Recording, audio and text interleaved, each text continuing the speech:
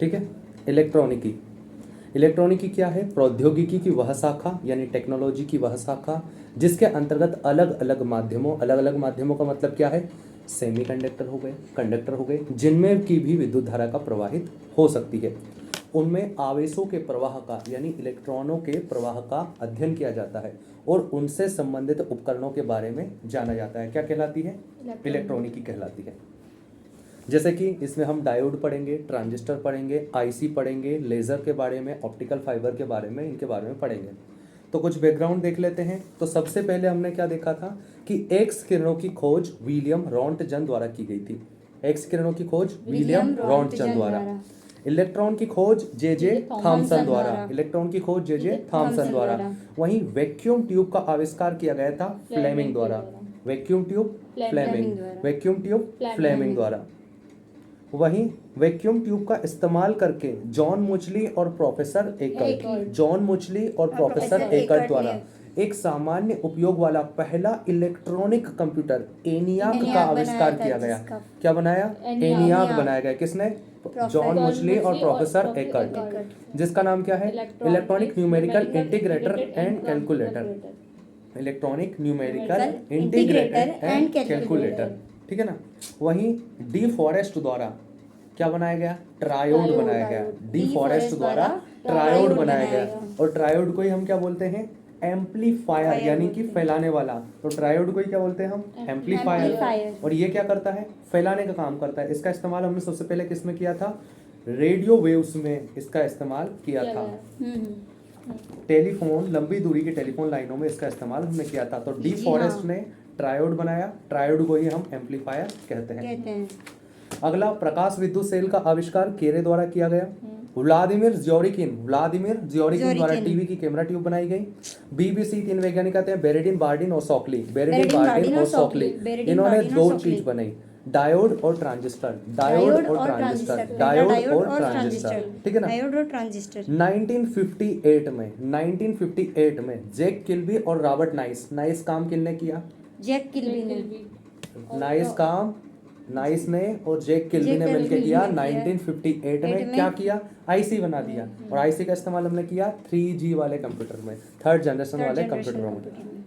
इसके बाद MOSFET transistor बनाया गया अटाला और कहन द्वारा, ठीक है, ये इंपॉर्टेंट नहीं है। आगे आते हैं HMF, फिर से 3 वैज्ञानिक आते हैं। HMF, हाफ मीडियम और फुल। हाफ मीडियम और फुल। हाफ मतलब कि टेडहॉफ, स्टैनली मजोर और फेडेरिको फोगिन। हाफ, मजोर और फोगिन, इन तीन वैज्ञानिकों ने क्या किया? इंटेल 4004, ये क्या है? एक माइक्रो प्रोसेसर है, पहला व्यावसायिक या औद्योगिक उपयोग वाला माइक्रो प्रोसेसर इन्होंने बनाया। किन्होंने? HMF ने।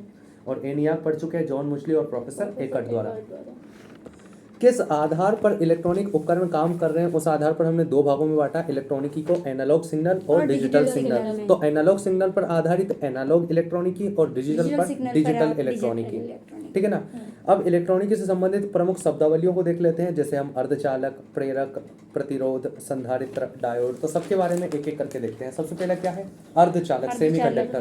तो इससे पहले जान लेते हैं कि कंडक्टर क्या होता है और सेमीकंडक्टर क्या होता है, इंसुलेटर या बेड कंडक्टर क्या होता है। तो कंडक्टर क्या होता है? ऐसे पदार्थ या ऐसे चालक जिनमें की विद्युत धारा प्रवाहित हो जाती है। तो ऐसे पदार्थ जो विद्युत धारा प्रवाहित होने देते हैं, इनमें मुक्त इलेक्ट्रॉनों की संख्या पाई जाती है, यानी इनमें फ्री इलेक्ट्रॉन्स होते हैं। वहीं ऐसे पदार्थ जिनमें की विद्युत धारा प्रवाहित नहीं होती है, यानी जिनमें मुक्त इलेक्ट्रॉन नहीं होते हैं, वो इंसुलेटर या बेड कंडक्टर या कुचालक कहलाते हैं। सबसे अच्छा चालक चांदी है, सबसे अच्छा कुचालक कांच है, सबसे बुरा चालक कांच है, सबसे बुरा कुचालक चांदी है, ठीक है ना। अब अर्धचालक क्या होते हैं? चालक और कुचालक के बीच की कड़ी अर्धचालक कहलाता है। ये कुछ कंडीशन में प्रवाहित होने देते हैं, कुछ कंडीशन में नहीं होने देते हैं। तो चालकों एवं अर्धचालकों के मध्य की कड़ी को ही अर्धचालक कहा जाता है। इन्हें डोपिंग द्वारा यानी कि किसी भी शुद्ध पदार्थ में कोई भी दूसरा पदार्थ मिला देना डोपिंग कहलाता है। तो डोपिंग द्वारा तैयार किया जाता है। एग्जाम्पल क्या क्या है? सिलिकॉन, जर्मेनियम, कैडमियम सल्फाइड और गैलियम आर्सेनाइड। कैडमियम सल्फाइड और गैलियम आर्सेनाइड, ये क्या है? एग्जाम्पल है सेमीकंडक्टर के। इन्हें दो भागों में बांटा गया है, किनको? सेमीकंडक्टर्स को। तो इससे पहले जान लेते हैं किस आधार पर बांटा गया है।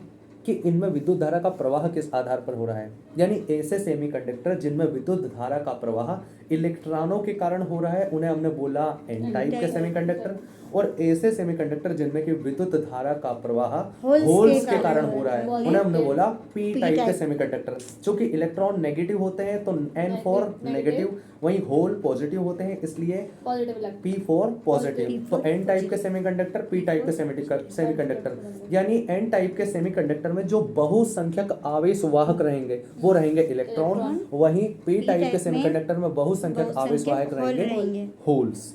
ठीक है ना।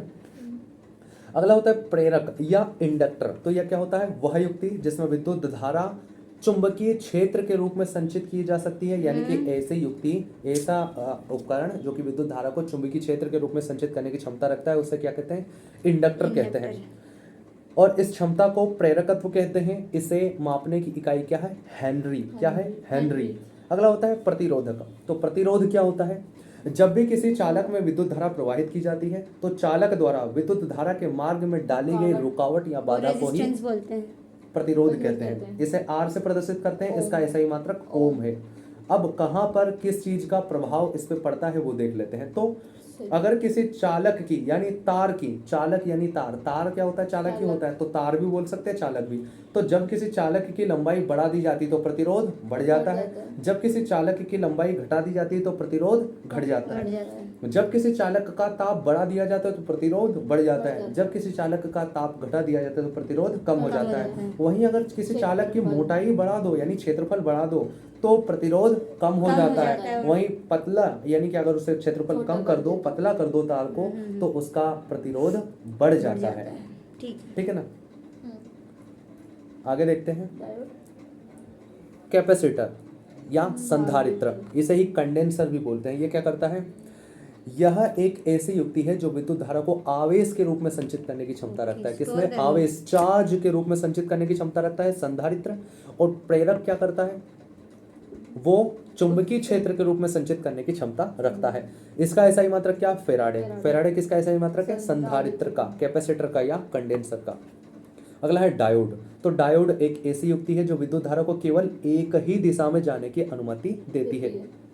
इसके एक सिरे पर हाई रेजिस्टेंट यानी कि उच्च प्रतिरोध होता है और दूसरे पे कम प्रतिरोध होता है। इसका सबसे अच्छा एग्जांपल क्या है, P N junction diode. P N junction diode. और पी एन जंक्शन डायोड के दो एग्जांपल मिलते हैं हमें, एक मिलता है एलईडी और एक मिलता है लेजर। एलईडी और लेजर। एलईडी का फुल फॉर्म क्या है, light emitting diode. Light emitting diode, प्रकाश उत्सर्जक डायोड। और लेजर, लेजर का फुल फॉर्म क्या है, light amplification by stimulated emission of radiation. यानी लाइट का एम्प्लीफिकेशन करेंगे हम बाय स्टिमुलेटेड, स्टिमुलेट करके इमिशन ऑफ रेडिएशन। तो light amplification by stimulated emission of radiation. ठीक है ना। अगला देखते हैं, ट्रांजिस्टर।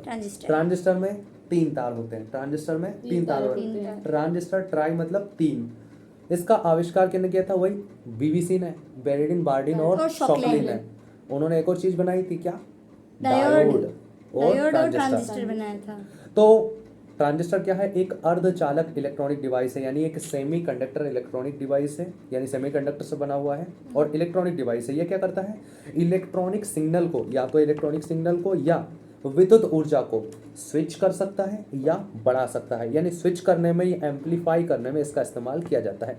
इसमें तीन टर्मिनल होते हैं, एक होता है बी, एक होता है ई, एक होता है सी। बी बीच में होता है, ई और सी राइट और लेफ्ट साइड में होते हैं। E for emitter, C for collector और बीच में B for base, B for base. ठीक है ना। अब यहाँ पर क्या है, ये सेमीकंडक्टर डिवाइस है तो सेमीकंडक्टर से बनेगा।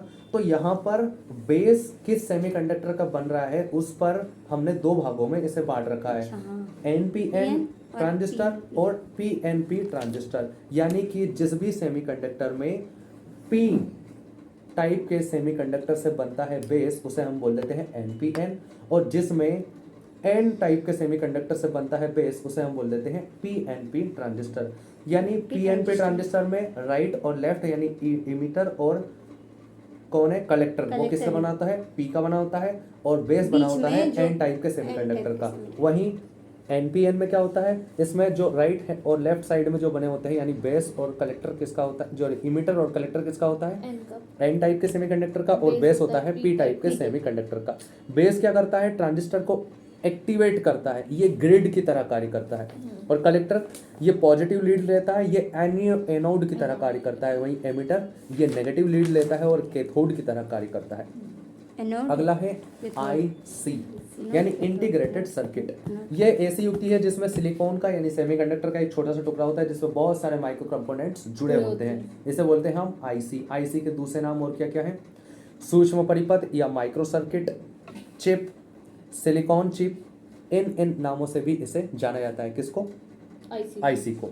इसका आविष्कारक कौन थे, जैक किल्बी और रॉबर्ट नाइस। जैक किल्बी और रॉबर्ट नाइस कब, 1958 में। 1958 में। आईसी को भी हम 3 भागों में बांटते हैं, जो एनालॉग पर आधारित है उसे एनालॉग आईसी, जो डिजिटल पर आधारित है उसे डिजिटल आईसी, और जो दोनों पे आधारित है उसे हम बोलते हैं मिक्स्ड आईसी।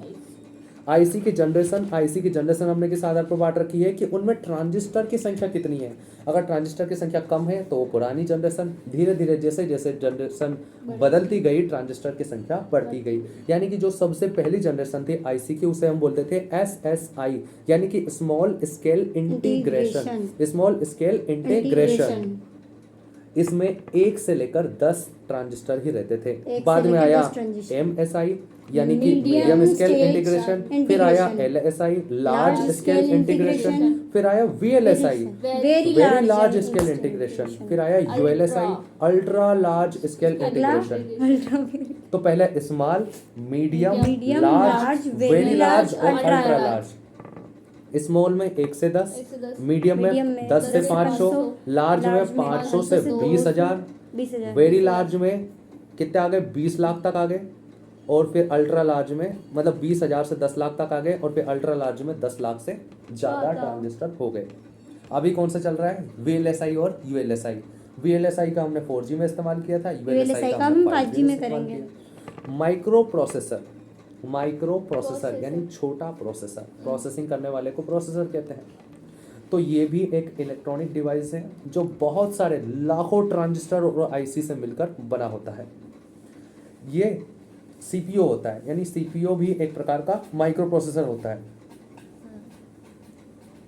इसे हम कंप्यूटर का मस्तिष्क भी कह सकते हैं। ये ना केवल कंप्यूटर में बल्कि जितनी भी डिजिटल घड़ी हो, डिजिटल टीवी हो से लेकर हर एक इलेक्ट्रॉनिक उपकरण में माइक्रो प्रोसेसर का इस्तेमाल आज किया जा रहा है। यह हार्डवेयर और सॉफ्टवेयर के बीच में तालमेल स्थापित करता है।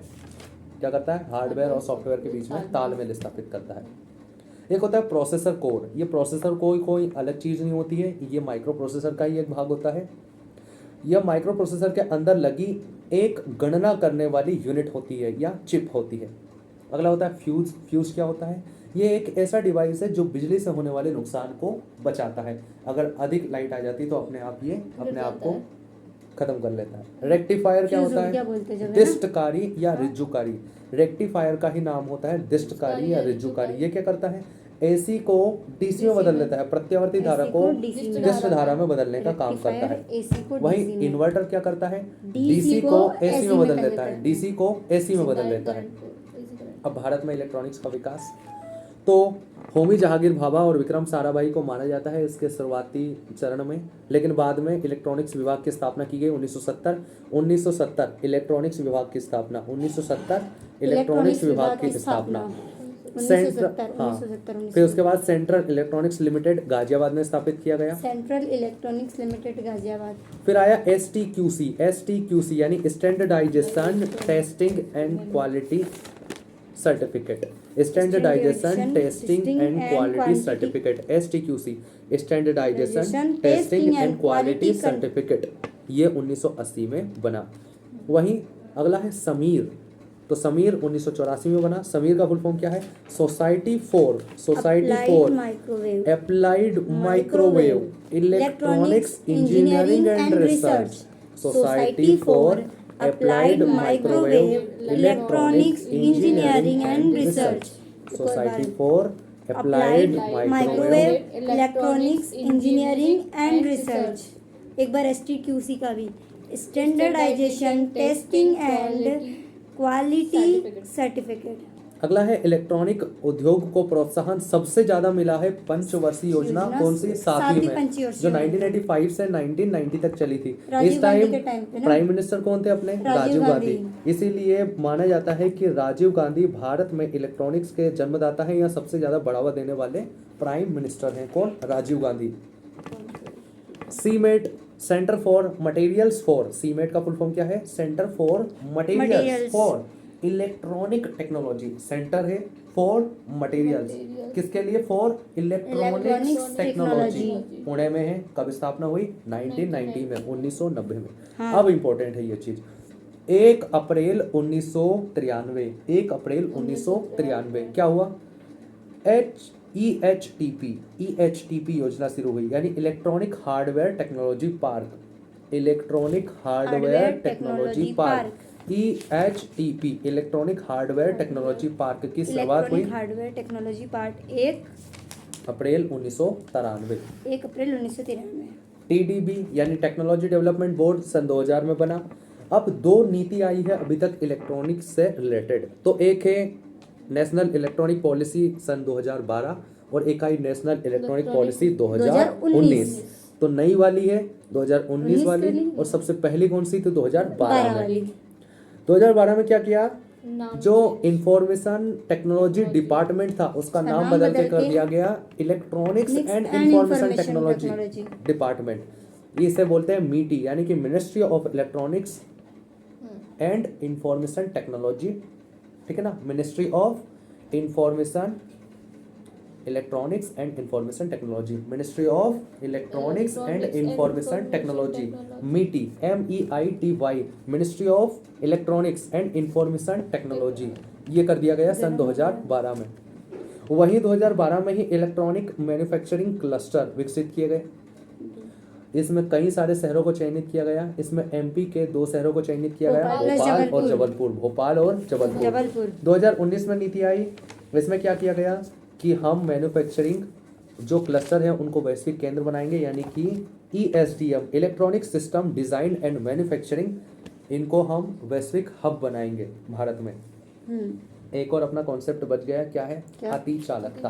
अति चालकता, सुपर कंडक्टिविटी। ये क्या होता है? पदार्थ का वह गुण जिसमें कम ताप पर, पदार्थ का वह गुण जिसमें कम ताप पर प्रतिरोध शून्य हो जाता है, जिससे उसकी चालकता अनंत हो जाती है। इस गुण को अति चालकता कहते हैं। इस गुण को अति चालकता कहते हैं, और इन पदार्थों को अति चालक कहते हैं।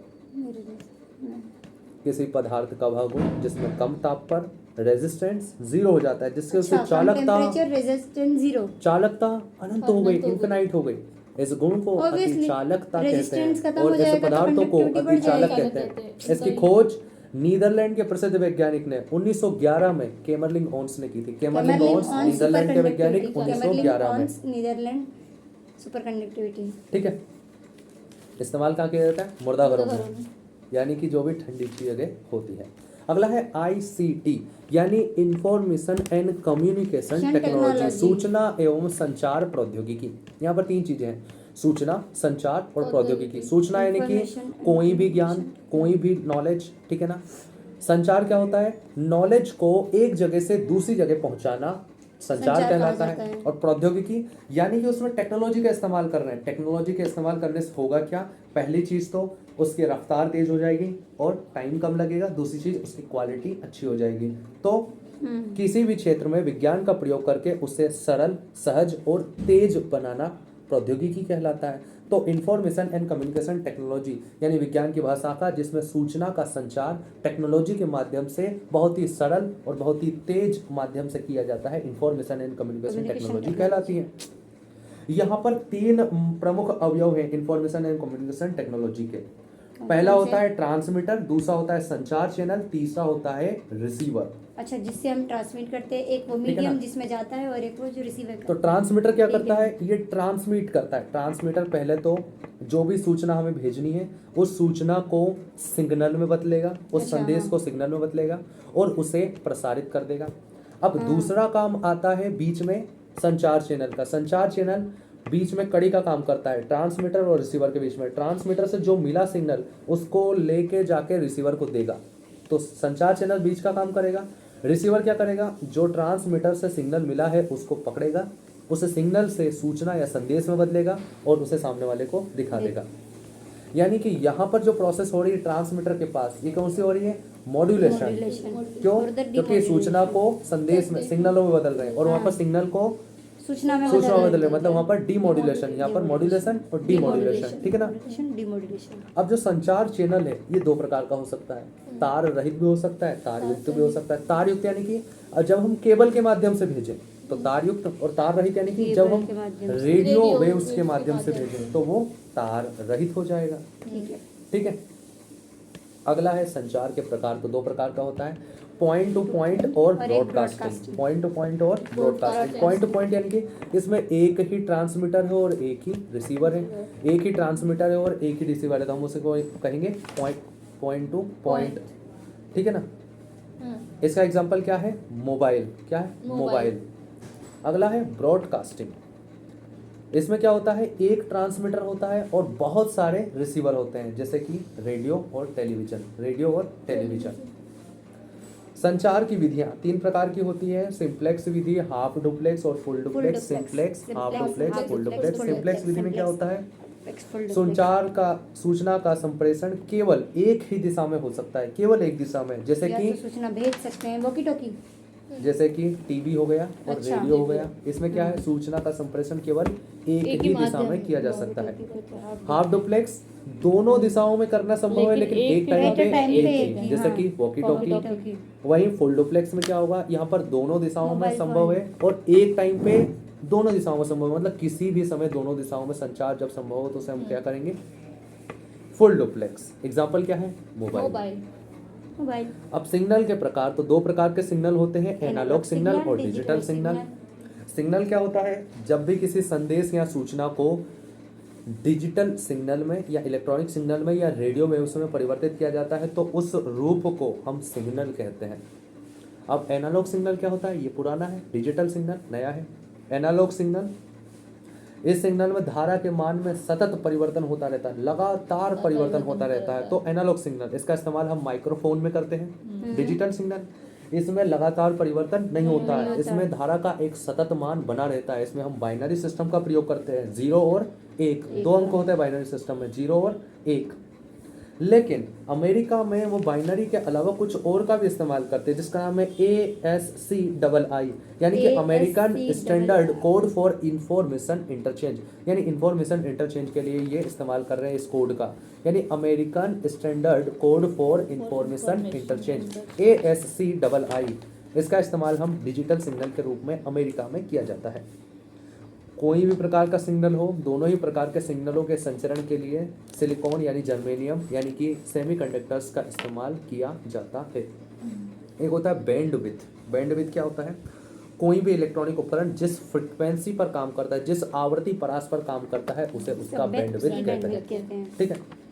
एक होता है मॉड्यूलेशन, डीमॉड्यूलेशन। मॉड्यूलेशन क्या होता है, ये ट्रांसमीटर काम करता है इसका, यानी कि संदेश को डिजिटल रूप में बदलना, यानी रेडियो वेव्स में या इलेक्ट्रॉनिक वेव्स में बदलना, क्या कहलाता है, मॉड्यूलेशन। तीन प्रकार का होता है, AM, FM, PM, बस इतना याद रखो। डीमॉड्यूलेशन, वाहक तरंगों से, यानी जो रेडियो वेव्स आई है उससे फिर से मूल संदेश में बदलना, उसे क्या कहलाता है, डीमॉड्यूलेशन। कौन करता है, रिसीवर करता है। और मॉडेम, ये दोनों से मिलकर बना है, ये क्या करता है, ये मॉड्यूलेशन और डीमॉड्यूलेशन दोनों करता है। एग्जाम्पल क्या है, मोबाइल। अगला है ऑप्टिकल फाइबर। ऑप्टिकल फाइबर क्या होता है कि देखो, 30 से 300 गीगाहर्ट्ज तक की आवृत्ति यानी फ्रीक्वेंसी तक की चीज़ों को तो हम रेडियो वेव्स के जरिए भेज सकते हैं, लेकिन इससे ज़्यादा की भेजने में हमें दिक्कत आती है, तो हम क्या करते हैं, उसमें ऑप्टिकल फाइबर्स का इस्तेमाल करते हैं। ऑप्टिकल फाइबर क्या करता है, 1 टेराहर्ट्ज से लेकर 100 टेराहर्ट्ज, 1 से लेकर 100 टेराहर्ट्ज की आवृत्ति तरंगों में तक इसका इस्तेमाल किया जा सकता है। ये पूर्ण आंतरिक परावर्तन के सिद्धांत पर कार्य करती है और इसमें सूचनाओं का प्रकाश पुंजों यानी फोटॉन्स के रूप में सूचनाओं को भेजा जाता है। ठीक है। अगला है संचार हेतु प्रयुक्त तरंगे। तो मुख्यतः 3 प्रकार की तरंगों का हम संचार के रूप में प्रयोग करते हैं। कौन कौन सी, भू तरंग संचरण, आकाश तरंग संचरण और अंतरिक्ष तरंग संचरण। भू तरंग संचरण में क्या होता है, इसमें कम आवृत्ति की तरंगों को जब कम दूरी के लिए भेजा जाता है तो हम उसमें भू तरंग संचरण का इस्तेमाल करते हैं। ये पृथ्वी की वक्रता का अनुगमन करती है और नीचे या ऊपर हो सकती है। आकाश तरंग संचरण, जब हम 3 से 30 मेगाहर्ट्ज 3 से 30 मेगाहर्ट्ज की आवृत्ति वाली तरंगों को जब हम संचार करते हैं, उस संदेश को भेजते हैं, तो हम आकाश तरंग संचरण का इस्तेमाल करते हैं। ये परावर्तन के सिद्धांत पर कार्य करती है। अगला है अंतरिक्ष तरंग संचरण, परावर्तन मतलब रिफ्लेक्शन। हाँ, 40 मेगाहर्ट्ज से ज्यादा की तरंगों को हम भेजना है तो 40 हम मेगाहर्ट्ज से ज्यादा अंतरिक्ष की तरंगों का इस्तेमाल करते हैं, अंतरिक्ष तरंग संचरण का इस्तेमाल करते हैं। दूर संचार से संबंधित संस्थाएं, तो एक होता है ट्राई, TRAI, ट्राई का फुल फॉर्म क्या है? Telecom telecom regulatory of authority of India. Telecom regulatory authority of India. भारतीय दूरसंचार विनियामक प्राधिकरण, इसकी स्थापना हुई थी फरवरी 1997 में। हेडक्वार्टर कहाँ है? नई दिल्ली में। अध्यक्ष है PD वाघेला। इसका कार्य क्या है? जितनी भी दूरसंचार सेवाएं हैं उन पर नियंत्रण और नियमन करना। दूरसंचार अधिनियम 2000 द्वारा इसका नाम बदल दिया गया। इससे पहले इसका नाम भारतीय दूरसंचार संस्था था, अब है इसका भारतीय दूरसंचार विनियामक प्राधिकरण, telecom regulatory authority of India. अगली है VSNL यानी विदेश संचार निगम लिमिटेड। तो इसकी स्थापना 1 अप्रैल 1986 को हुई थी। मुंबई में हेडक्वार्टर। विदेश कहाँ से आते हैं? मुंबई में मुंबई से जाते जाएंगे। इसका इस्तेमाल उपग्रहों, भू केंद्रों और 3 समुद्री केबलों के नियमन में, उनको देख रेख में इसका इस्तेमाल किया जाता है, यानी देश से बाहर वाली चीजों में इसका इस्तेमाल किया जाता है। भारत में इंटरनेट की शुरुआत VSNL द्वारा ही 15 अगस्त 1995 को की गई थी, सार्वजनिक इंटरनेट की। ठीक है ना। अगला है MTNL, महानगर टेलीफोन निगम लिमिटेड। महानगर टेलीफोन निगम लिमिटेड, इसकी स्थापना भी 1 अप्रैल 1986। तो VSNL और MTNL 1 अप्रैल 1986। इसका हेडक्वार्टर मिलेगा नई दिल्ली में। ठीक है ना, नई दिल्ली में। इसका काम क्या है? जितने भी महानगर है, जैसे चेन्नई हो गया, कलकत्ता हो गया, मुंबई हो गया, जितने भी महानगर है उनको एक उच्च संचार प्रौद्योगिकी से जोड़ना। ये मॉरिशस और नेपाल में भी कार्यरत है। तो VSNL का नाम है विदेश संचार, लेकिन वो विदेश में नहीं मिलेगी। विदेश में क्या मिलेगी? महानगर टेलीफोन निगम लिमिटेड, मॉरिशस और नेपाल में कार्यरत है। एक है BTIL, भारतीय टेलीफोन उद्योग लिमिटेड। भारतीय टेलीफोन उद्योग लिमिटेड स्थापना हुई थी 1948 में। बेंगलुरु में हेडक्वार्टर है। कहाँ पर है? बेंगलुरु में। भारतीय टेलीफोन उद्योग लिमिटेड। अगली है टेलीकम्युनिकेशन कंसल्टेंट्स। टेलीकम्युनिकेशन कंसल्टेंट्स स्थापना 1978 में हुई थी। ये एशिया और अफ्रीका के 57 कंट्रीज से भी ज्यादा देशों में कार्यरत है। कौन सा संगठन है जिसमें 57 देश हैं? 57 देश। Islamic organisation. इस्लामिक ऑर्गेनाइजेशन, ठीक है। उसमें भी 57 देश हैं। ठीक है, ठीक है ना। प्रमुख नीतियाँ, तो सबसे पहली नीति आई थी टेलीकम्युनिकेशन से, ICT से रिलेटेड, टेलीकम्युनिकेशन से रिलेटेड 1999 में। 1999 में फिर आई 2012 में, फिर आई 2018 में। तो 3 आ चुकी है, 1999, 2012, 2018। सबसे नई है 2018, सबसे पहली थी 1999। ठीक है। अभी वाली जो 2018 में, उसे हम बोलते हैं राष्ट्रीय डिजिटल संचार नीति 2018। राष्ट्रीय डिजिटल संचार नीति 2018। इसमें क्या क्या किया गया है? ग्राम पंचायतों को ब्रॉडबैंड से जोड़ना, भारत नेट, नगर नेट, ग्राम नेट, जन वाईफाई जैसी योजनाओं को इसी के अंतर्गत चलाया जा रहा है। वहीं राष्ट्रीय ब्रॉडबैंड अभियान भी इसी के अंतर्गत चलाया जा रहा है। क्लियर है? ब्रॉडबैंड क्या होता है? ब्रॉड यानी बड़ा, और बैंड मतलब बैंडविड्थ पढ़ चुके हैं, यानी कि कोई भी उपकरण जिस फ्रीक्वेंसी पर काम करता है। तो ब्रॉड यानी बड़ी फ्रीक्वेंसी वाला उपकरण। तो ब्रॉडबैंड 2 शब्दों से मिलकर बना है, ब्रॉड और बैंडविड्थ। यह एक हाई स्पीड इंटरनेट कनेक्शन है। भारत में पूर्ण ग्रामीण ब्रॉडबैंड कनेक्शन वाला केरल का पहला जिला बना है। कौन? इडुक्की। इसके अलावा कई सारी टेक्नोलॉजी का इस्तेमाल ब्रॉडबैंड देने के लिए किया जाता है। एक है DSL यानी कि डिजिटल सब्सक्राइबर लाइन, एक होता है केबल मॉडेम, एक होता है फाइबर ऑप्टिक्स, एक होता है वायरलेस, एक होता है ब्रॉडबैंड ओवर पावर लाइन। तो ये अलग अलग तरीके हैं जिनके सहायता से ब्रॉडबैंड दिया जाता है। अगला है मोबाइल। मोबाइल क्या है? तार रहित संचार सेवा का सर्वोत्तम उदाहरण है। तार रहित यानी बेतार, सर्वोत्तम उदाहरण है, सबसे अच्छा उदाहरण। वॉकी टॉकी का आविष्कार किसने किया? हीगेस। किसने? हीगेस। ओनली ही गेस। कौन? हीगेस। तो हीगेस ने भाई और डगलस। माउस। माउस का आविष्कार किसने किया? डगलस। डीटीएच, डीटीएच का फुल फॉर्म है direct to home. Direct to home, DTH का इस्तेमाल मतलब फुल फॉर्म क्या है? Direct to home. Direct to home. इसके लिए सेटअप बॉक्स या एंटीना का होना आवश्यक है। किसके लिए? डिजिटल के लिए। डिजिटल के हम कॉल कर पा रहे हैं किसकी वजह से? कूपर की कूपर वजह की से। वजह से कॉल कर पा रहे हैं कूपर की वजह से। क्यों? कॉल कर क्योंकि पा रहे हैं कूपर कूपर की ने वजह से। क्या किया? कूपर ने क्या किया? मोबाइल का आविष्कार किया।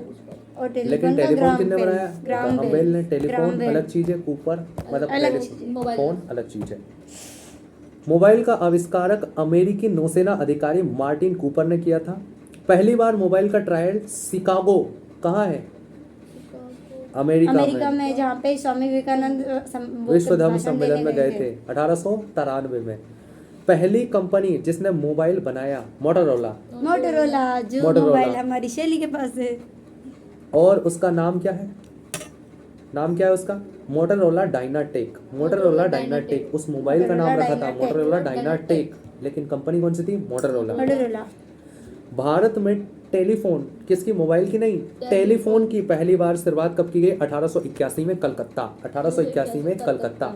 मोबाइल फोन की कई सारी तकनीकें हैं जैसे जीएसएम, जीपीआरएस, ईडीजी, एलटीई और वोल्टी। जीएसएम मतलब का global system for mobile. GSM का फुल फॉर्म क्या है? Global system for mobile. GPRS का मतलब क्या है? जीपीआरएस का मतलब general packet radio service. General packet radio service. General packet radio service. EDG का क्या है? Enhanced data rates for GSM evolution. Enhanced data rates for GSM evolution.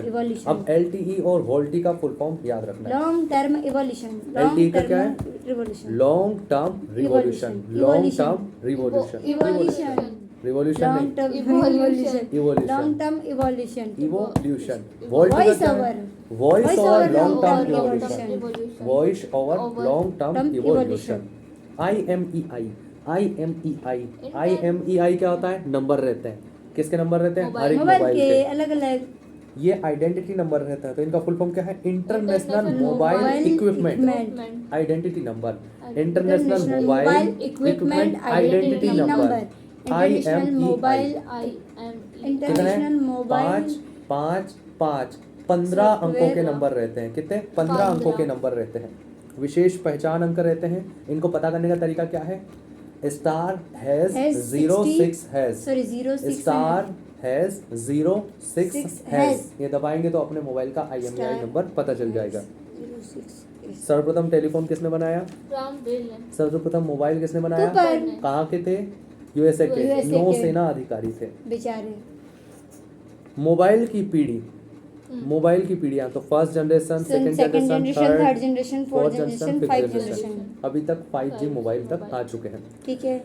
First generation की खास बात क्या है कि ये एनालॉग सिग्नल पर आधारित थी और केवल बात कर सकते थे। तो एनालॉग सिग्नल पर आधारित थे और केवल ध्वनि संचार में इसकी सुविधा उपलब्ध थी। दूसरी 2G, इसमें क्या था? डिजिटल तकनीक पर आधारित था, यानी डिजिटल सिग्नल पर आधारित हो गया। इसमें हम टेक्स्ट भी भेज सकते थे, पिक्चर भी भेज सकते थे और MMS भी भेज सकते थे 2G में। लेकिन अभी भी इंटरनेट नहीं आया था। फर्स्ट G में तो एनालॉग सिग्नल, सेकंड में डिजिटल सिग्नल, टेक्स्ट, पिक्चर भेज सकते हैं, लेकिन इंटरनेट नहीं आया। 3G में 3G का इस्तेमाल करने वाला पहला देश जापान। 3G का जापान।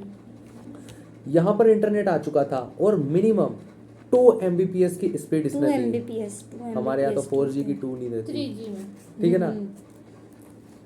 3G में 2 Mbps की स्पीड आ चुकी थी 3G मोबाइल में। वहीं 4th जनरेशन में क्या हुआ? डाटा ट्रांसफर रेट 100 Mbps चला गया। देखो, पहले में इंटरनेट नहीं था, दूसरे में इंटरनेट नहीं था, थर्ड जनरेशन में इंटरनेट आया 2 Gbps, 4th जनरेशन में आया 100 Mbps और 5th जनरेशन में कहाँ तक चला गया? 1 Gbps, मतलब 1024 MB। ठीक है ना? ये स्पीड तक जा सकती थी। 100। अब मोबाइल किस पे 1 काम GB, करता है? 200, मोबाइल काम करता है 1 GB, MIMO मीमो टेक्नोलॉजी पे, यानी multiple input multiple output, multiple input multiple output. विश्व में 5G सेवा लॉन्च करने वाला पहला देश साउथ कोरिया है। साउथ कोरिया की कैपिटल क्या है? सियोल। सियोल। भारत में 5G का पहला ट्रायल एयरटेल द्वारा हैदराबाद में किया गया। कहाँ पर? हैदराबाद। में। कुछ और टेक्नोलॉजी है जैसे लाइफ का मतलब क्या? Light light Fidelity. Light Fidelity. इसकी खोज की थी हेराल्ड हॉस ने 2011 में। यह वाईफाई का ऑप्टिकल वर्जन है, वाईफाई का ही ऑप्टिकल वर्जन में। नाम से स्पष्ट है, लाइट फिडेलिटी, यानी इसमें लाइट का इस्तेमाल किया गया है। तो रेडियो तरंगों के स्पेक्ट्रम की सीमा से आगे जाकर विजुअल लाइट स्पेक्ट्रम का इसमें इस्तेमाल किया जा रहा है। ठीक है ना। अगला है white-phi technology.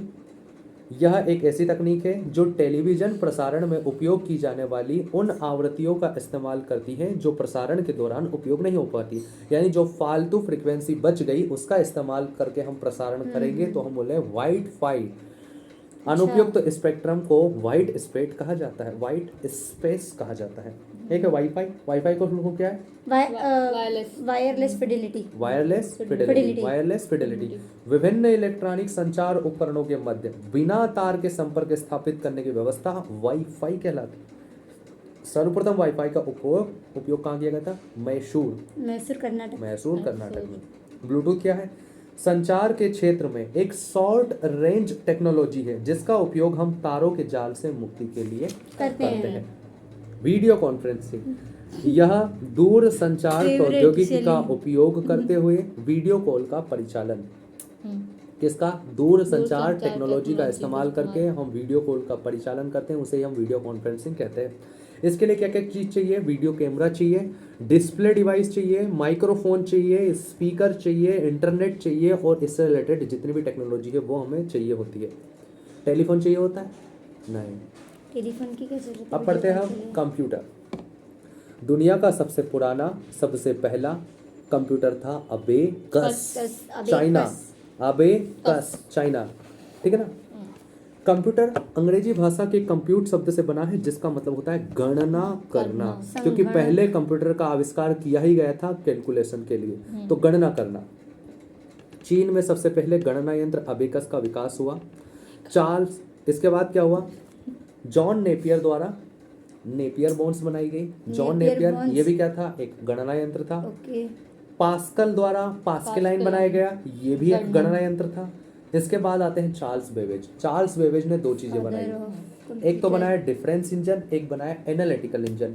Difference engine, analytical engine. 1822 में बनाया डिफरेंस इंजन, 1822 में बनाया डिफरेंस इंजन, जिसे हम यांत्रिक कंप्यूटर भी बोलते हैं। तो पहला यांत्रिक कंप्यूटर, यानी कि हाथ से चलने वाला यांत्रिक कंप्यूटर, मानव की आवश्यकता थी इसके लिए।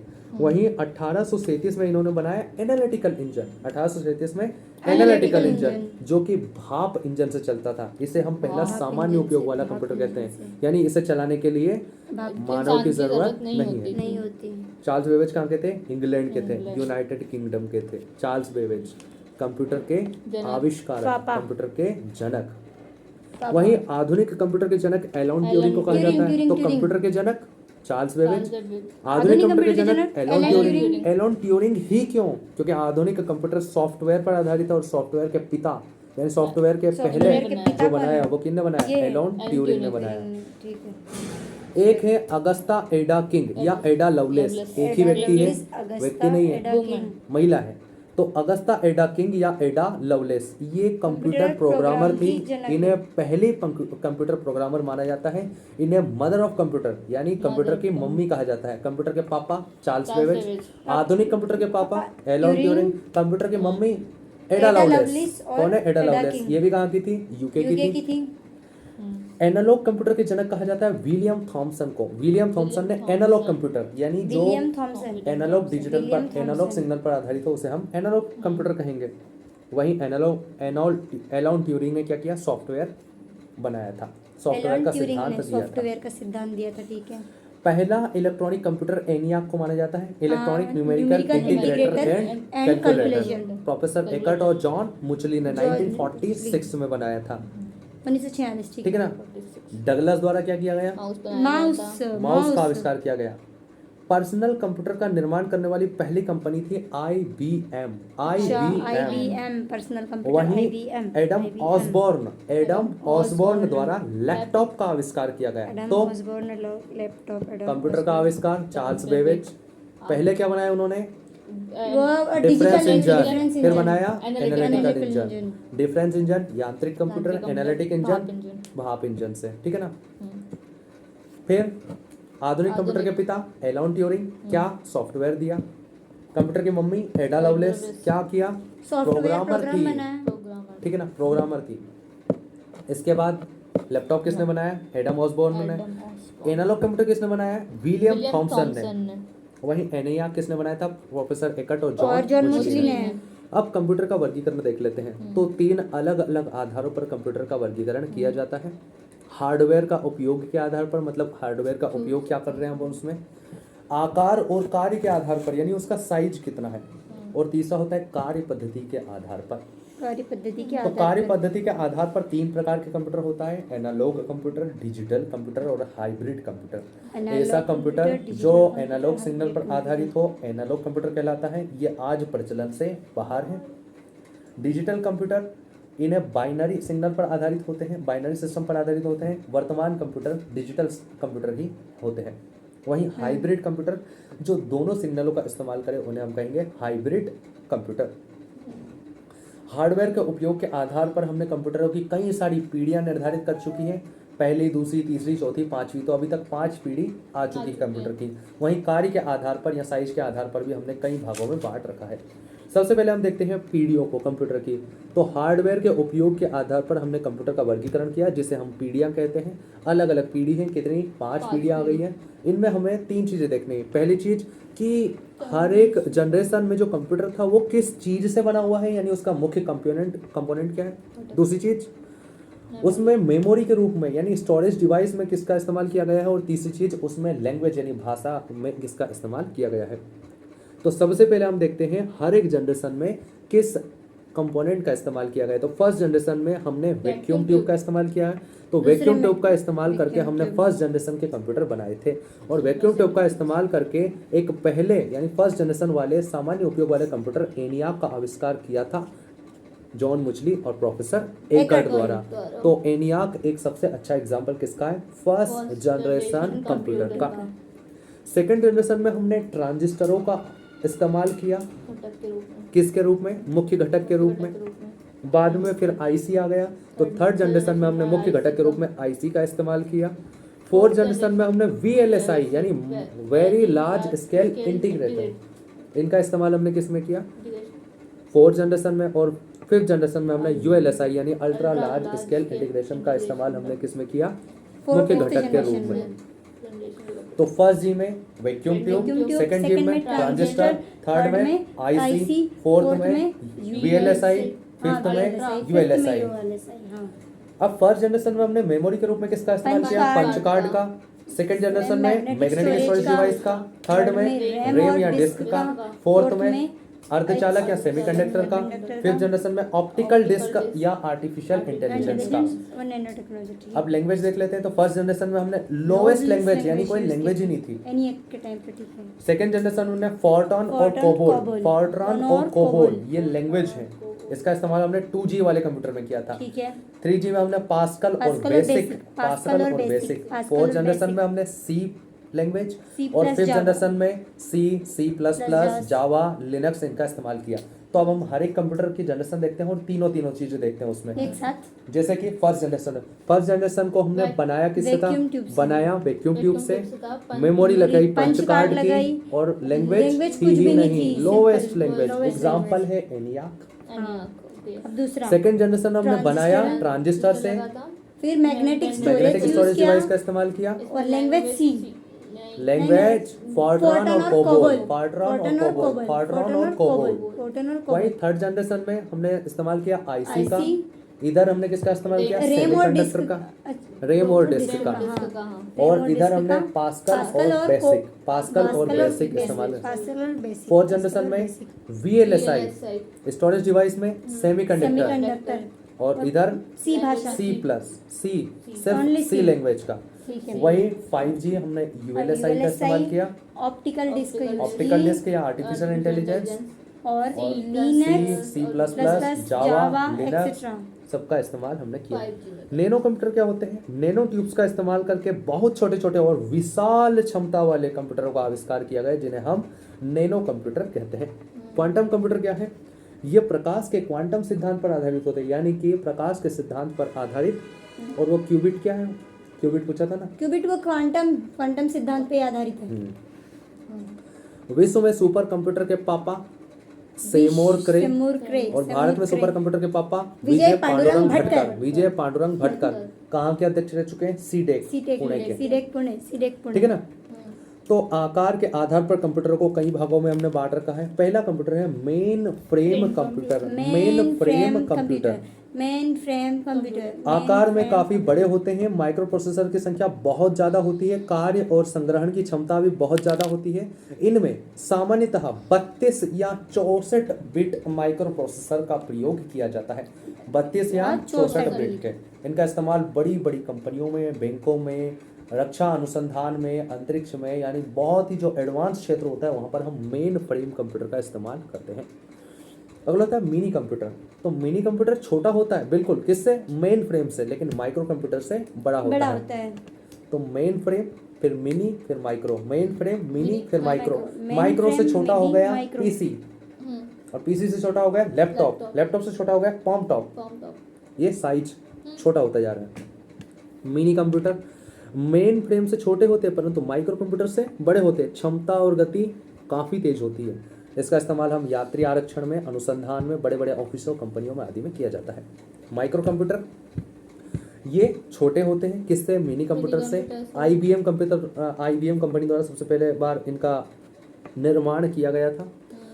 इनका निर्माण संभव हो ही पाया इसलिए क्योंकि माइक्रो प्रोसेसर बन गया, यानी कि CPU बन गया। माइक्रो प्रोसेसर का इस्तेमाल करके हमने CPU बनाया, तो उससे कंप्यूटर का आकार बहुत छोटा हो गया, और सबसे पहले जो छोटे आकार के कंप्यूटर बने उन्हें हमने माइक्रो कंप्यूटर कहा। और माइक्रो कंप्यूटर से भी छोटे, जिन्हें हम घर में भी लाके एक टेबल पे रख सकते हैं, उसे हमने बोला PC, पर्सनल कंप्यूटर। छोटे आकार का होता है, सामान्य कार्यों के लिए बनाया जाता है, अधिकतर जगह कंप्यूटर PC का ही इस्तेमाल किया जाता है।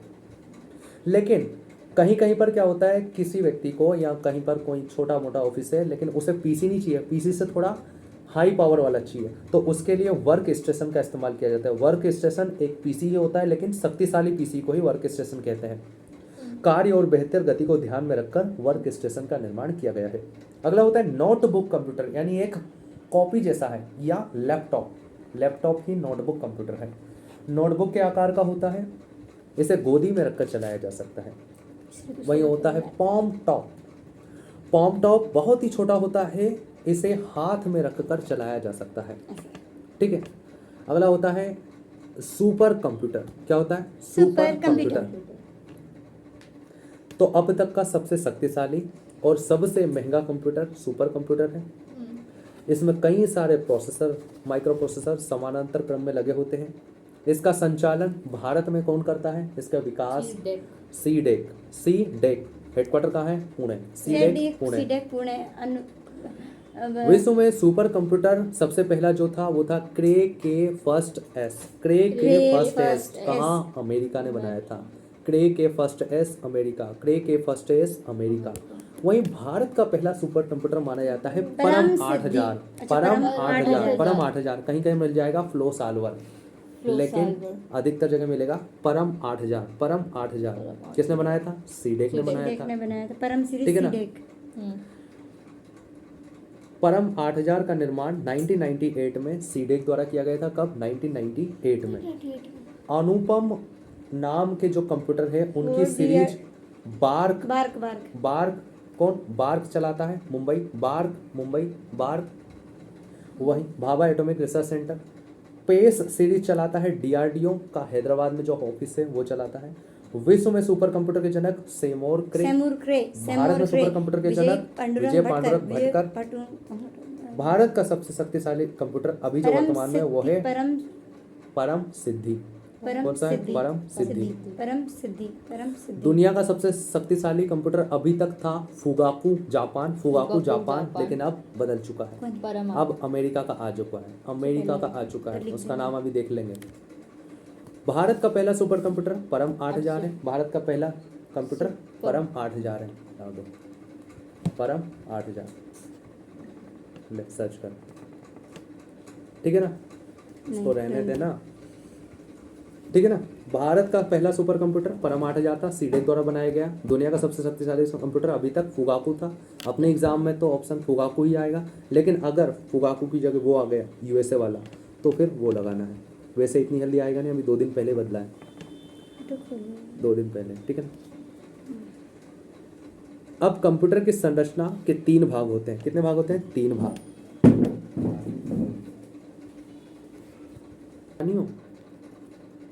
इनपुट डिवाइस कौन कौन से हैं?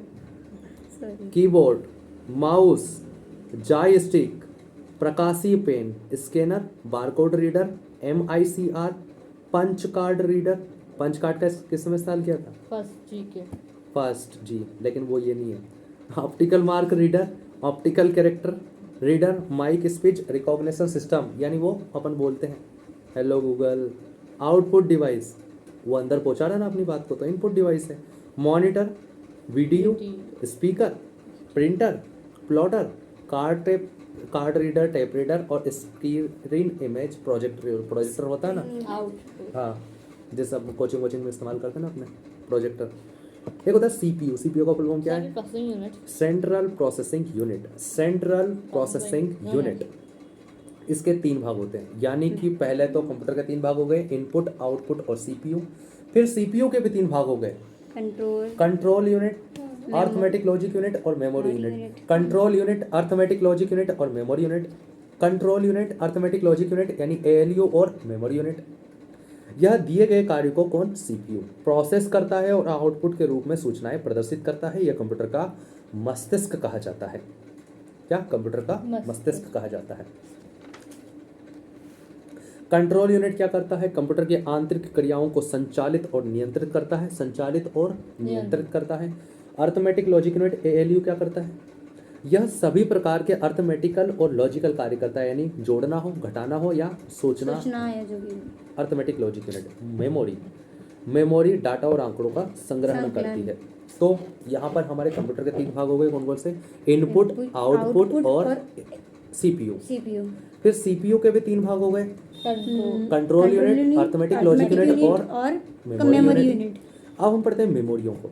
तो जो सीपीयू का ही एक भाग होता है मेमोरी को फिर 2 भाग में बांट दिया गया, primary memory and secondary memory. Primary memory इन्हें आंतरिक मेमोरी भी कहा जाता है। क्यों? क्योंकि ये सीपीयू का भाग होती है। सेकेंडरी मेमोरी इन्हें बाह्य मेमोरी कहा जाता है। क्यों? क्योंकि ये सीपीयू का भाग नहीं होती है, ये बाहर से लगाई जाती है। तो प्राइमरी मेमोरी जो सीपीयू का ही भाग है, सेकेंडरी मेमोरी जो सीपीयू का भाग नहीं है, इसलिए वो आंतरिक मेमोरी, ये बाह्य मेमोरी। आंतरिक मेमोरी, बाह्य मेमोरी। अब प्राइमरी मेमोरी क्या होता है? इसे आंतरिक मेमोरी भी कहा जाता है क्योंकि यह सीपीयू का भाग होती है। इनका आकार छोटा होता है, यानी बहुत ज़्यादा स्टोरेज नहीं हो पाता, लेकिन इनकी गति काफ़ी तेज होती है। इसे मेन मेमोरी भी कहा जाता है, यानी मुख्य memory is equal to primary memory. यह पुनः 2 प्रकार की होती है, यानी प्राइमरी मेमोरी को भी 2 भाग में बांटा गया है। तो मेमोरी 2 भाग में, primary memory, secondary memory. Primary memory जो सीपीयू का भाग होती है, आंतरिक मेमोरी कहा जाता है, मेन मेमोरी कहा जाता है। स्टोरेज क्षमता छोटी होती है, लेकिन गति बहुत तेज होती है। वहीं सेकेंडरी मेमोरी बाह्य मेमोरी होती है, कंप्यूटर का भाग नहीं होती है, यानी सीपीयू का भाग नहीं होती है, बाहर से लगाया जाता है। स्टोरेज क्षमता बहुत ज़्यादा होती है। अब प्राइमरी मेमोरी के 2 भाग देख लेते हैं। तो रैम और रोम। और एक और प्रकार होता है केस। रैम, रोम और केस, ये तीनों मेमोरी प्राइमरी मेमोरी है, आंतरिक मेमोरी है, मेन मेमोरी है। कुछ भी बोलो, मेन मेमोरी बोलो, आंतरिक मेमोरी बोलो या प्राइमरी मेमोरी बोलो, ये तीनों एक ही हैं। तो रैम का फुल फॉर्म क्या है? रैंडम एक्सेस मेमोरी, यानी कभी भी आप एक्सेस कर लो, ठीक है। और ROM read only memory, random access memory ये अस्थायी होती है, यानी कभी भी इसमें बदलाव कर लो और परिवर्तन संभव है। रोम में रीड ओनली मेमोरी, सिर्फ आप रीड कर सकते हो, बदलाव नहीं कर सकते, ये एक स्थायी मेमोरी है, अपरिवर्तनशील। केस मेमोरी क्षमता बहुत कम होती है लेकिन बहुत तेजी से काम करती है, तो केस मेमोरी बहुत तेज, केस में काम बहुत जल्दी होता है, तो केस। फास्ट। रैम, इसको कंप्यूटर की प्रमुख मेमोरी कहा जाता है क्योंकि प्राइमरी मेमोरी का हिस्सा है, इसलिए रैम मेन मेमोरी है। यह एक अस्थायी मेमोरी होती है, बिल्कुल सही है। मेमोरी, इसमें स्टोर डाटा कंप्यूटर बंद होने पर डिलीट हो जाता है, इसे वॉलेटाइल मेमोरी कहते हैं। वॉलेटाइल यानी कि अस्थायी, अस्थायी को ही वॉलेटाइल बोलते हैं, तो वॉलेटाइल मेमोरी है। ये दो प्रकार की होती है, SRAM और DRAM। SRAM मतलब कि static random access memory, static यानी कि परमानेंट है, और DRAM यानी कि डायनामिक रैंडम एक्सेस मेमोरी, यानी कि बदलाव संभव है। रोम रीड ओनली मेमोरी कंप्यूटर की प्राइमरी मेमोरी होती है, बिल्कुल सही है। यह एक स्थायी मेमोरी होती है, बिल्कुल सही है। रोम रीड ओनली मेमोरी, इसमें स्थित डाटा केवल पढ़ा जा सकता है, इसमें किसी भी प्रकार का परिवर्तन संभव नहीं है। इसे फिर से 3 भागों में बांटा गया है, PROM, EPROM, EEPROM। रोम यानी कि रीड ओनली मेमोरी, PROM यानी कि programmable read only memory, EPROM erasable programmable read only memory, erasable programmable read only memory. EPROM electronic erasable programmable read only memory, electronic erasable programmable read only memory. Case memory पहला ई electronic आएगा, हाँ। वरना पता चले मैं। Flash memory, ये semiconductor पर आधारित होती है। वर्चुअल मेमोरी क्लाउड उस पर आधारित होती है, ठीक है ना। तो अपन ने क्या क्या पढ़ा अभी अपन ने कंप्यूटर के 3 भाग पढ़े थे। सबसे पहले इनपुट, आउटपुट और CPU, फिर CPU के 3 भाग पढ़े थे, control unit, arithmetic logic unit और मेमोरी। फिर मेमोरी के 2 भाग पढ़े थे, प्राइमरी और सेकेंडरी। फिर प्राइमरी के भी 3 भाग पढ़े थे, रैम, रोम और कैश। अब हम पढ़ रहे हैं सेकेंडरी मेमोरी।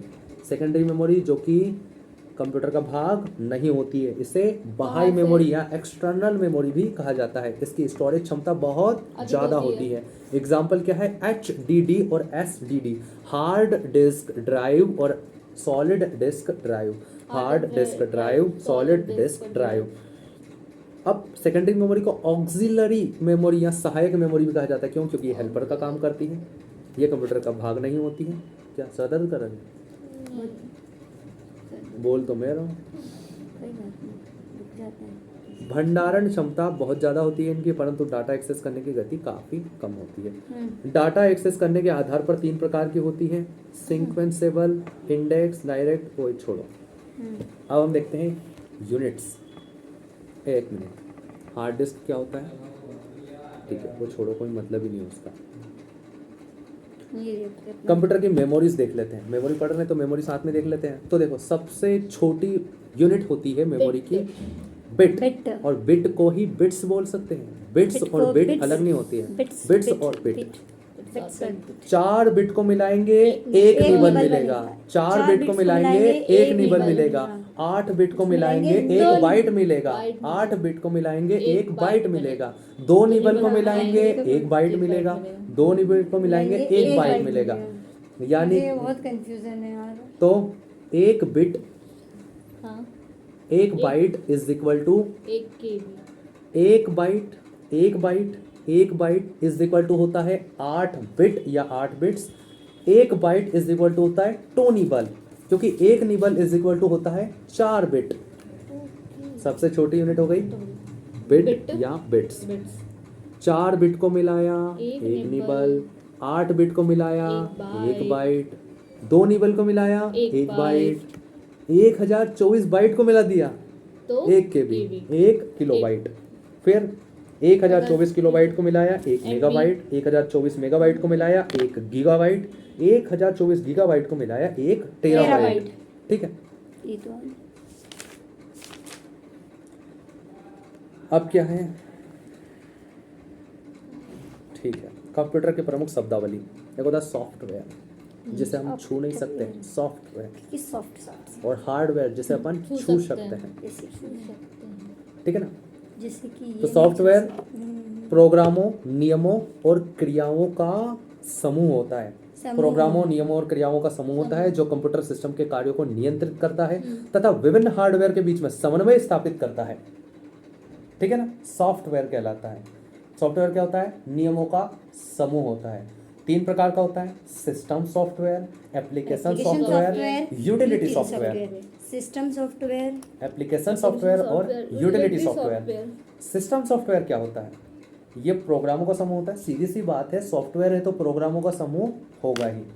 प्रोग्रामों का समूह होता है जो कंप्यूटर सिस्टम के मूलभूत कार्यों को संपन्न करता है, यानी जो मेन कार्य होते हैं उनको काम कौन करता है? System software. सिस्टम सॉफ्टवेयर के ऊपर बैठकर ही एप्लीकेशन सॉफ्टवेयर और यूटिलिटी सॉफ्टवेयर काम करते हैं, यानी ये बेस प्रदान करता है। जैसे कि इसी का एक अच्छा एग्जांपल क्या है? Operating system. और ऑपरेटिंग सिस्टम में आता है अपना विंडोज़ और एंड्रॉइड। विंडोज़ और एंड्रॉइड ये क्या है? ये सिस्टम सॉफ्टवेयर है। सिस्टम सॉफ्टवेयर यानी कि ये नहीं रहेंगे ना तो आपको मोबाइल काम नहीं करेगा। एक एप्लीकेशन सॉफ्टवेयर नहीं है तो कोई एक काम नहीं होगा। लेकिन अगर ऑपरेटिंग सिस्टम ही नहीं है, सिस्टम सॉफ्टवेयर ही नहीं है तो नाम ही उसका ऑपरेटिंग सिस्टम को ऑपरेट करने के लिए चाहिए। ठीक है। अगला होता है एप्लीकेशन सॉफ्टवेयर। ये भी प्रोग्रामों का समूह होता है क्योंकि सॉफ्टवेयर है, सॉफ्टवेयर खुद प्रोग्रामों और नियमों का समूह है। तो प्रोग्रामों का समूह होता है, किसी विशिष्ट कार्य के लिए तैयार किया जाता है। जैसे कि MS ऑफिस हो गया, MS वर्ड हो गया, वेब ब्राउज़र हो गया, मीडिया प्लेयर हो गया, या जितने भी एप्लीकेशंस होते हैं ऊपर से। ठीक है ना, चल जा।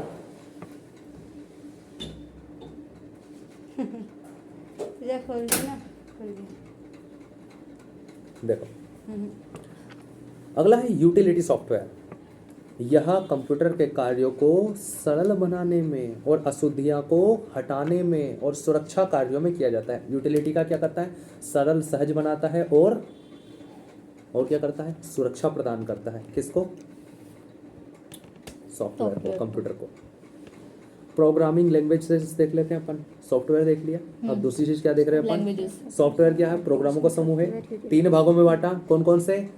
ऑपरेटिंग सिस्टम यानी कि सिस्टम सॉफ्टवेयर, दूसरा एप्लीकेशन सॉफ्टवेयर, तीसरा यूटिलिटी सॉफ्टवेयर। अब देखते हैं हम प्रोग्रामिंग लैंग्वेजेस। तो machine language, assembly language, 3rd generation, 4th generation, 5 मुख्य लैंग्वेजेस हैं। किसकी? Programming language. यानी कि हमने बोल दिया सॉफ्टवेयर प्रोग्रामों का समूह है। प्रोग्राम लिखेंगे किस में? प्रोग्रामिंग लैंग्वेज में। तो बहुत सारी लैंग्वेजेस होती हैं जिसका इस्तेमाल हम किस में करते हैं? प्रोग्रामों को लिखने में। ठीक है। ऑपरेटिंग सिस्टम क्या होता है? सॉफ्टवेयर सिस्टम का ही एक प्रकार होता है। विंडोज, यूनिक्स, डॉस, लिनक्स और जेनिक्स ये किसके एग्जाम्पल है? ऑपरेटिंग सिस्टम के एग्जाम्पल है। अब देखते हैं दूरदर्शन। दूर बैठ के दर्शन करना दूरदर्शन कहलाता है। 1959 में भारत में फिलिप्स एक कंपनी है, उसके द्वारा टेलीविजन कंपनी की शुरुआत की गई। लेकिन 1959 में भारत सरकार द्वारा सार्वजनिक सेवा प्रसारक दूरदर्शन की स्थापना की गई। प्रसार भारती के ही एक छोटे से ऑफिस के रूप में। 15 दिसंबर 1959 को दूरदर्शन का पहला प्रसारण किया गया। कहाँ से? नई दिल्ली से, आकाशवाणी भवन से। 1976 में टीवी सेवा रेडियो से अलग हो गई। टीवी अलग, रेडियो अलग। 1982 में पहली बार रंगीन टेलीविजन का इस्तेमाल किया गया। कहाँ पर? स्वतंत्रता दिवस का। और उसके बाद यहीं पर कौन हुआ था? एशियन गेम्स भी हुए थे 1982 में, तो उनका भी प्रसारण किया गया था 1982 में। अब पढ़ते हम इंटरनेट। इंटरनेट मतलब कि इंटरनेशनल नेटवर्क। इंटरनेट का फुल फॉर्म क्या है? International network. इंटरनेशनल नेटवर्क प्रौद्योगिकियों से यानी टेक्नोलॉजी द्वारा जुड़े कंप्यूटरों का एक जटिल नेटवर्क ही इंटरनेट कहलाता है। इसमें प्रत्येक कंप्यूटर कुछ ऐसे माध्यमों से जुड़े होते हैं कि यह अन्य नेटवर्क से सूचनाओं का आदान प्रदान कर सकते हैं। Internet, international network. I'm feeling very nice.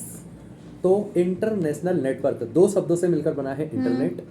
नेटवर्कों का नेटवर्क कहा जाता है। वाओ। नेटवर्कों का नेटवर्क, आप कहते हैं तुम्हारा नेटवर्क अच्छा है, यानी कि बहुत सारे लोगों से जुड़ा है, तो नेटवर्क का सामान्य भाषा में जुड़ाव, तो ये नेटवर्कों का नेटवर्क है। नेटवर्क, इंटरनेट शब्द की उत्पत्ति फेडरल नेटवर्किंग काउंसिल यूएसए द्वारा, सबसे पहले इंटरनेट शब्द दिया गया था नेटवर्किंग काउंसिल यूएसए द्वारा। इंटरनेट के पापा कहा जाता है विंटन ग्रे सर्फ को। Vinton grey Surf. इंटरनेट बिल्कुल सर्फ की तरह क्या होता है, साफ कर देता है चीजें। तो विंटन ग्रे सर्फ, इंटरनेट के पापा विंटन ग्रे सर्फ। क्यों कहा जाता है? क्योंकि इन्होंने टीसीपी आईपी लिखा, टीसीपी आईपी का आविष्कार किया। इंटरनेट पर किसी भी व्यक्ति या सरकार का मालिकाना हक नहीं होता है, ये स्वतंत्र है। इंटरनेट के कारण 21वीं सदी को सूचना क्रांति का युग कहा गया है। 1962 में 1962 में सर्वप्रथम लिंक लाइडर, ये लिक्विड लेके सो गए लिंक लाइडर बोल के, अरे इंटरनेट बनाएंगे बोले, तो लिंक लाइडर आए, बोला इंटरनेट बनाएंगे और सो गए। बाद में आए विंटन ग्रे सर्फ, बोले क्या बोला, इंटरनेट हम बनाते हैं, अभी बनाता हूँ, इन्होंने बना डाला। तो लिंक लाइडर को भी कहीं कहीं पर इंटरनेट का पिता माना जाता है, लेकिन इन्होंने बनाया नहीं। इन्होंने सिर्फ ये अवधारणा प्रस्तुत की थी कि ऐसा भी कुछ हो सकता है, लेकिन विंटन ग्रे सर्फ ने करके दिखाया। विश्व का पहला इंटरनेट नेटवर्क माना जाता है 1969 में बना था, यूएसए के रक्षा विभाग द्वारा बनाया गया था, अर्पा नेट। अर्पा नेट विश्व का पहला इंटरनेट, अर्पा नेट, रक्षा विभाग यूएसए का। अर्पा नेट का फुल फॉर्म क्या है? Advance research project agency network. Advance research project agency network 1969 USA, ठीक है। वही भारत का पहला इंटरनेट किसे माना जाता है? ईआर नेट को। ईयर नेट को 1986 में बना था, यानी 1969 के बाद भारत में इंटरनेट की शुरुआत होती है 1986 में, जिसे भारत का पहला इंटरनेट माना जाता है। इंटरनेट का फुल फॉर्म क्या है? Education research network. Education research network. Education research network. इसका काम क्या था? जितने भी एजुकेशन इंस्टीट्यूट्स हैं, यानी आईआईएम है, आईआईटी है, स्कूल्स हैं, कॉलेजेस हैं, उनको, यूनिवर्सिटीज़ हैं, उनको जोड़ना, और जितने भी रिसर्च सेंटर है जैसे बार्क हो गया, सीडेक हो गया, इन सबको जोड़ने का काम क्या करता था? एयरनेट करता था, ठीक है ना। 1989-90 में क्या किया? टिम बर्नर्स-ली, बहुत ही मतलब शानदार व्यक्ति थे, बहुत अच्छा काम किया इन्होंने। टिम बर्नर्स-ली, इन्होंने सबसे पहले तो HTML बनाया, जिसे बोलते हैं हम हाइपर टेक्स्ट मार्कअप लैंग्वेज, यानी एक लैंग्वेज बनाई और इस लैंग्वेज से लिख डाला। किसको लिख डाला? www को। तो www वर्ल्ड वाइड वेब, तो HTML के आविष्कारक टिम बर्नर्स-ली, www के आविष्कारक टिम बर्नर्स-ली। और www पर कोई वेब पेज खोजने के लिए हम इस्तेमाल करते हैं URL का, तो URL के भी आविष्कारक कौन थे? Tim Berners-Lee. टिम बर्नर्स-ली, ठीक है ना। वही टिम बर्नर्स-ली ने ही 1994 में, कब? 1994 में W3C यानी WWWC world wide web council, world wide web संघ का गठन किया था। भारत में 15 अगस्त 1995 को सार्वजनिक इंटरनेट सेवा को BSNL द्वारा शुरू किया गया था, ठीक है ना। अगला देखते हैं हम, स्टारलिंक परियोजना एक है, ये किसके द्वारा? स्पेसएक्स द्वारा चलाई जा रही है। इसमें क्या किया जाएगा कि जो सैटेलाइट है उनके माध्यम से इंटरनेट दिया जाएगा। इसमें लगभग 30,000 सैटेलाइटों को भेजा जाएगा। किसकी कंपनी है ये? स्टारलिंक कंपनी, उन्होंने स्पेसएक्स कंपनी है। तो Vinton grey Surf father of internet, internet के पापा, फादर ऑफ इंटरनेट कौन है? Vinton grey Surf. आईपी या टीसीपी बनाया। टिम बर्नर्स-ली WWE नहीं, www, HTML और URL के पापा 1990 में। दुनिया का पहला इंटरनेट ARPANET 1969, अमेरिका रक्षा विभाग।